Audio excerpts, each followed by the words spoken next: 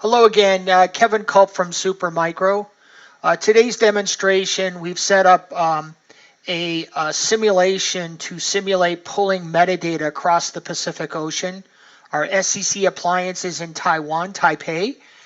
It's actually pulling metadata from a liquid-cooled rack in our Silicon Valley facility in San Jose. So let's get started by logging into the platform, the SCC appliance. So we'll log in as a global admin. So just give me a few minutes here to log in and we can navigate and do some exploration.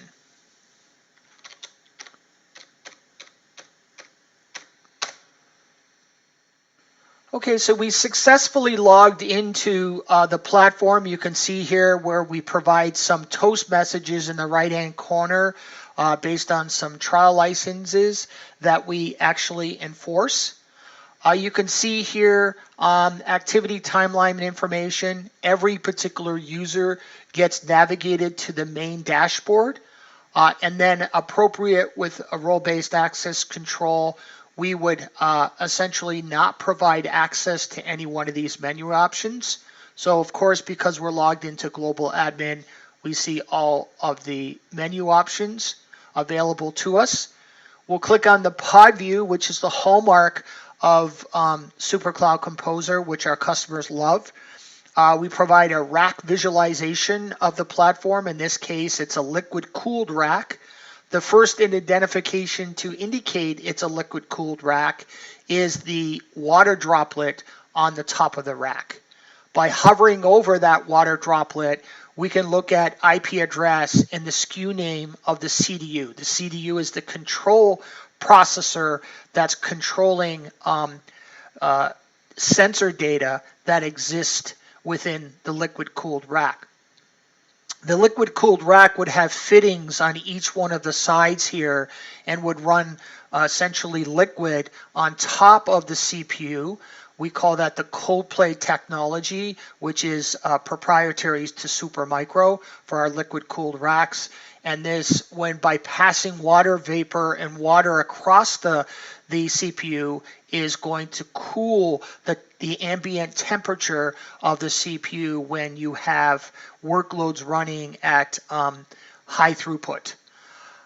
So when we scan through the rack, we see various different pop-ups here, which would show the starting position, in this case of a big twin. Starting in position 9, we see serial number, SKU information, IP address. We scan down to the next one. We provide that level of detail as well. And then if you look here, all of the CDUs go to the bottom of our rack for a liquid-cooled rack. Shows you the IP address of the cooling unit, and then also SKU information and serial number.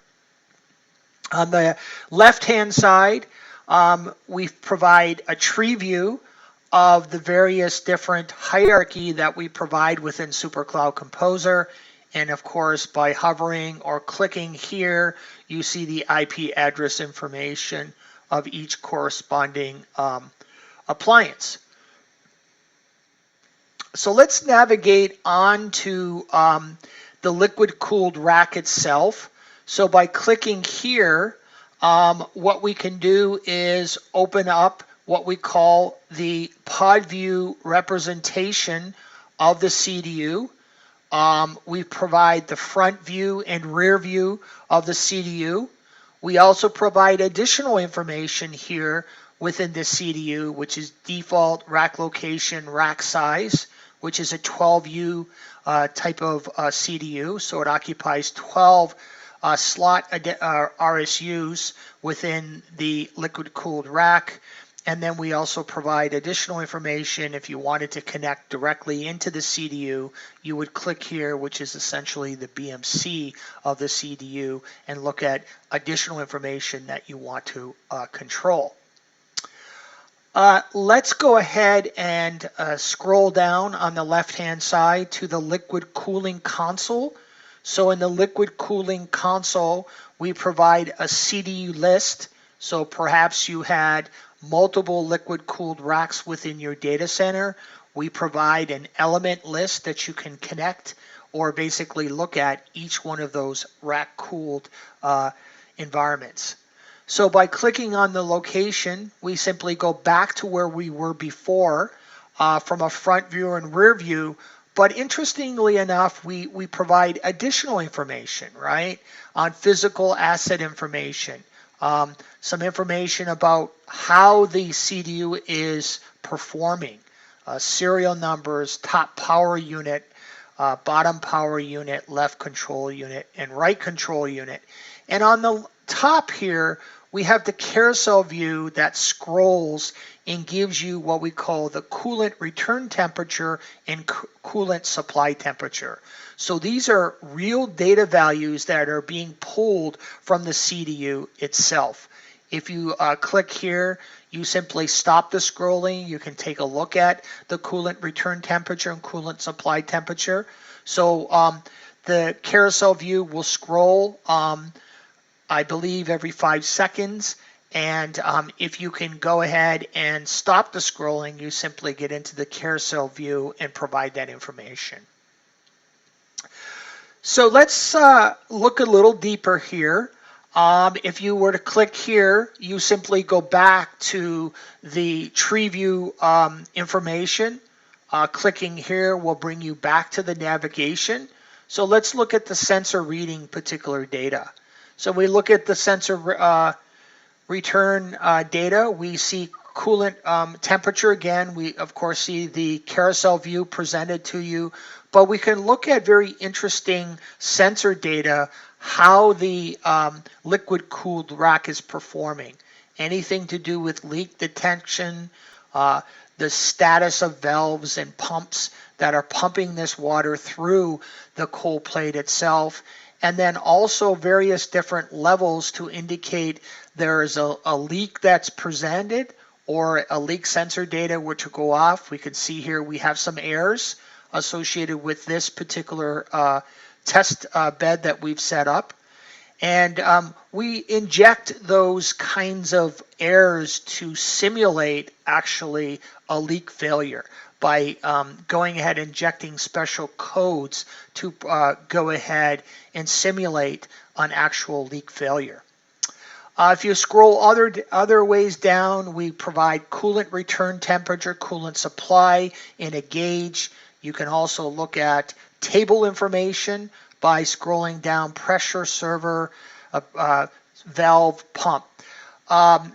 As we continue to go into phase 2 of our development, we'll provide a customized dashboard that the user can go ahead and build their own dashboard to look at certain sensor data they want to basically look at. Very similar to a Grafana Kibana type of dashboard, which is completely customizable for the user. So let's go ahead and look at the analytics piece. The analytics piece gives you additional interesting information about CDU status, leaks themselves, power, pump. And you'll notice here by scrolling across here, we see each delta point that's represented with data that we've collected from the CDU itself. So green indicates obviously good as far as a health roll-up is concerned, red would be bad, and then warning would be essentially yellow. If we go farther down here, we can look at coolant monitor information that's provided here in another look at sensor data being collected. And then if we continue down on where we see temperature here, we can look at various delta points here that are being collected from temp from server, temp ambient temperature, temp from the facility, so on and so forth. And by moving across here, you can see the various different delta values that are actually being presented.